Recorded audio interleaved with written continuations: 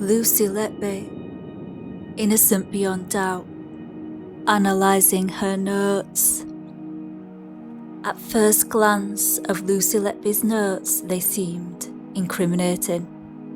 They looked to be scribbled ramblings of someone who is out of their mind, but on further analysis you can tell that the person who sat in front of these pieces of paper had spent time mulling over the contents. The notes are scruffy and disorganised, suggesting that she didn't want to be sat in this dark place which she had found herself trapped in. In a daze, she has seen gaps amongst the chaos of her writing, and so felt the need to fill them in with literally doodles. So she sat in this space long enough for us to see that this isn't someone who doesn't care about what's going on here. This is someone who is worried, in mental anguish and emotional turmoil. This is a person who is suffering and feeling trapped in a hellish situation. Some of her notes reflect this. In these gaps she has written, no hope, despair, panic, fear, and lost. These words capture a picture of confusion in hell on earth. What she is experiencing leads to negativity and hate. Hate is an extremely significant word to Lucy, as she has circled it in bold. These words suggest that she fears that hate is and will be generated towards her.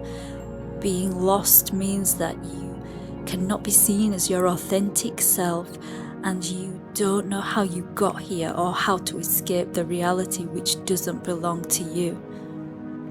This post-it note is titled Not Good Enough. She says, I can't breathe, I can't focus, I am an awful person, I pay every day for that. Overwhelming, fear, panic. She thinks it's an idea to kill herself right now. This is her wanting to escape constant anxiety and worry that she'll never have a future with marriage and children. So having a bright, normal future is what's important to Lucy, not killing babies. At the same time, she is trying to accept that she must pay for the tragedies. Further down she writes, I haven't done anything wrong. Slander, discrimination, victimization, all getting too much, taking over my life, and I feel very alone and scared. And she asks, how can I get through it?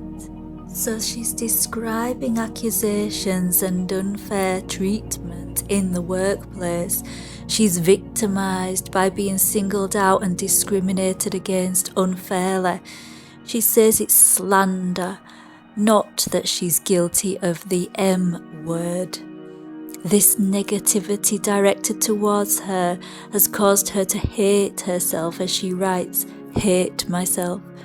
This projection of blame onto her has also led her to blame herself, as she writes, I did this, I don't deserve to live, I killed them on purpose because I'm not good enough to care for them.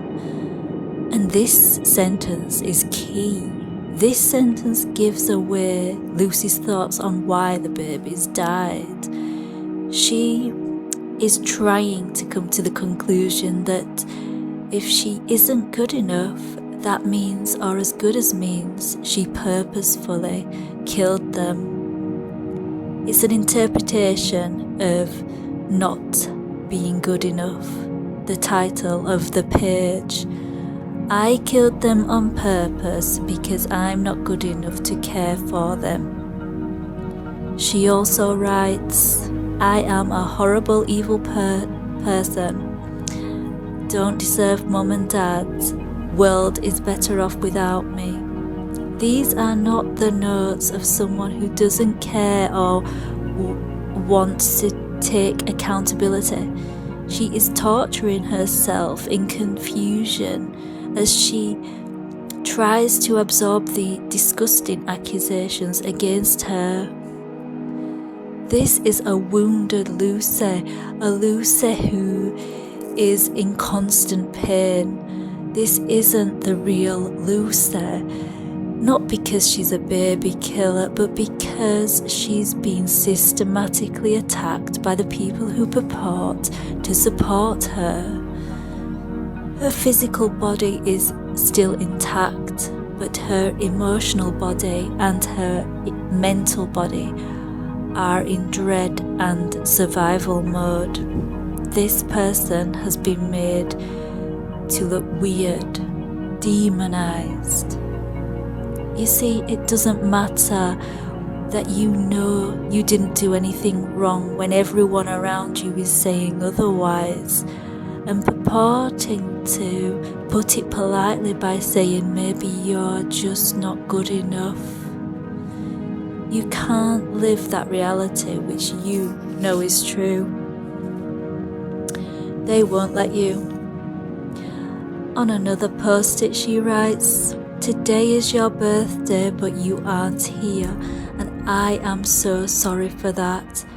I'm sorry that you couldn't have the chance of life, and for the pain that your parents must experience every day. Saying sorry is not a confession. This is a heartfelt message expressing how sorry she is about the tragedies. Being sorry does not mean that you are responsible for the tragedy. She's sorry for the babies and the parents. She says, "We tried our best and it wasn't enough." Again, this is an explanation of why the tragedy happened, that their best was not good enough. That's the team, not her alone. She writes, "I don't know if many people will think of you today or any day, but I do, and always remember because you should be." Again, thoughtful and caring words of regret, not that she is a M word, but that this tragedy has happened. She writes, "What's the point in asking?" which suggests to me that she is fully demoralized and feels hopeless.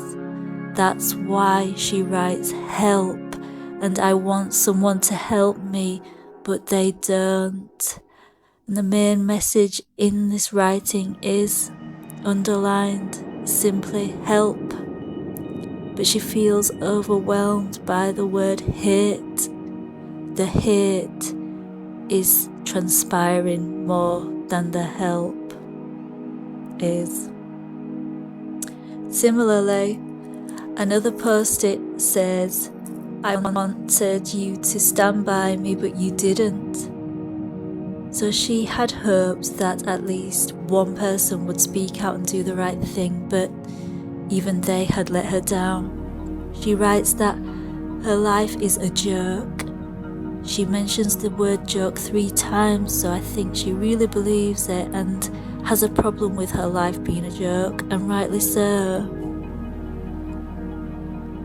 She's been advised to write her thoughts down, but she knows that it's a pointless exercise which won't get her out of this mess because the problem doesn't actually lie with her.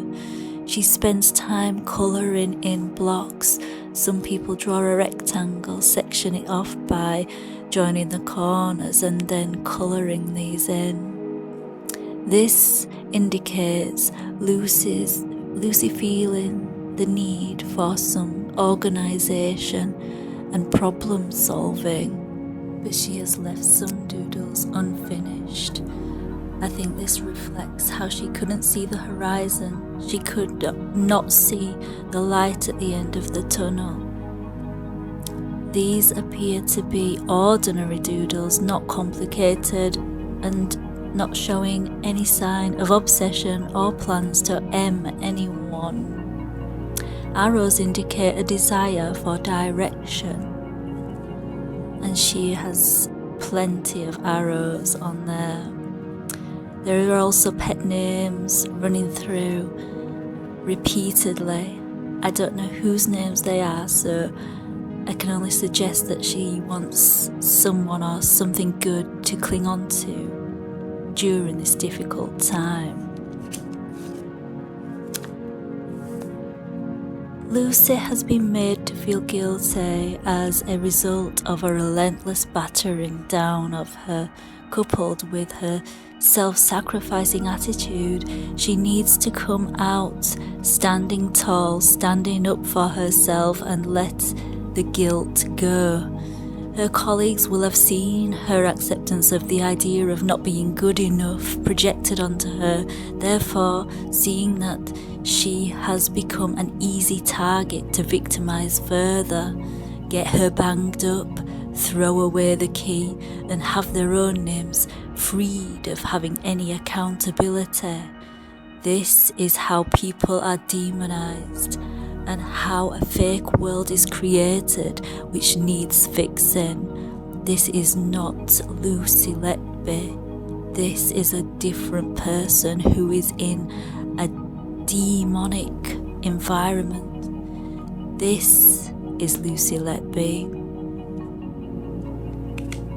What I would say to Lucy is, this was not your fault, sister.